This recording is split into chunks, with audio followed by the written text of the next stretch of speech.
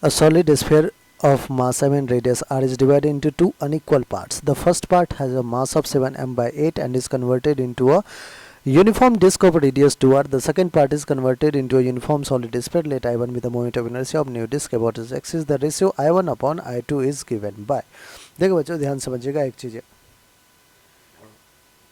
हमारे पास एक solid sphere था जिसका मास था m और रेडियस गिवन था r.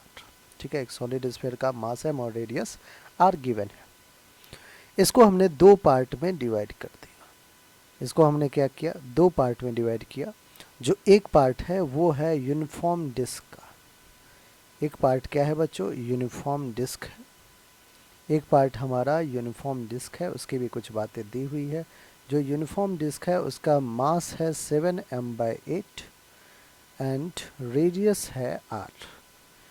और क्या है जो दूसरा है वो हमारा again the second part is converted into a uniform solid sphere. Uniform solid sphere है, ना तो मास गिवन है ना ही रेडियस गिवन है. कोई बात नहीं बच्चों, मास हम फाइंड आउट तो कर लेंगे बहुत आराम से. हम कहेंगे कि टोटल मास m था, उसमें से हमें मास माइनस कर देना है 7m by 8. तो बचा कितना, m by 8. m by 8 आ गया हमारा सॉलिड स्फीयर का मास. अब बच्चों रेडियस की बात करते हैं. रेडियस कैसे फाइंड करें, तो ध्यान समझिएगा. अगर ये हमारा ओरिजिनल स्फीयर है, इसका जो डेंसिटी होगा रो, वही डेंसिटी तो इसका भी होना चाहिए. डेंसिटी में कोई चेंजेस नहीं होगा. तो हम कह सकते हैं कि रो 1 और इसको मैं रो 2 कह दूं. Row 1 is equals to row 2. Density क्या रहेगा, will remain same. Density will remain same.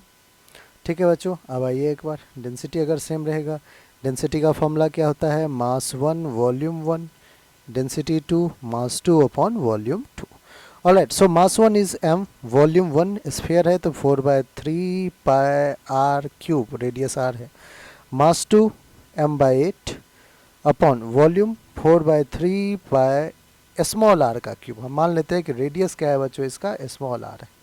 Small r की वैल्यू यहाँ से फटाफट फाइंड करना है. कहोगे कि सर मास ने मास को कैंसिल किया, 4/3 पाई, 4/3 पाई को कैंसिल किया, आ गया 1 upon r cube is equals to 1 upon 8 small r cube. यहाँ से बच्चों r cube is equals to 8 r cube कह सकते हैं. और ध्यान से देखिएगा, इसका मतलब r is equals to r का whole cube is equals to 2r का होल क्यूब कह सकते हैं. Cube cube cancel, so r क्या आ गया बच्चों, r आ गया 2r. लेकिन हमें तो स्मॉल r चाहिए जो कि आ जाएगा r अपॉन 2. ऑलराइट, तो अब देखिए ऑलमोस्ट हमने सब कुछ की वैल्यू फाइंड कर लिया है. मास का r का, मास का r का, दोनों न्यू स्ट्रक्चर जो आपने बनाया उसके लिए. मास रेडियस के बाद हमारा काम है बच्चों अब I1 I2 फाइंड करना. I1 moment of inertia disc का है about its geometrical axis and again I2 is moment of inertia of this new solid sphere about its geometrical axis. So moment of inertia I1 disc का क्या होता है बच्चों, mr²/2. Disc का क्या होता है, mr²/2. मास क्या है यहाँ पे, आप कहोगे मास तो है 7m by 8. कितना है मास, 7m by 8 इनटू, बच्चों ध्यान समझिएगा, रेडियस r कितना था, 2r था. रेडियस r कितना था, 2r था, सिर्फ r नहीं 2r. सो मास रेडियस 2r का square upon 2, this is I1. I1 की वैल्यू लिख लेते हैं बच्चों, 7m by 8, 2 का स्क्वायर 4, r का square 4r square divided by 2. 4 1 जा 4 2 जा 7m r square 2 2 जा 4. All right, now come to I2. I2 is m by 8, mass हो गया. अब ध्यान से देखिएगा बच्चों, सॉलिड स्फीयर है तो 2/5 m r स्क्वायर होता है. और r कितना है बच्चों, यहाँ पे r है हमारा r/2. सो r/2 का स्क्वायर, 2/5 m r स्क्वायर.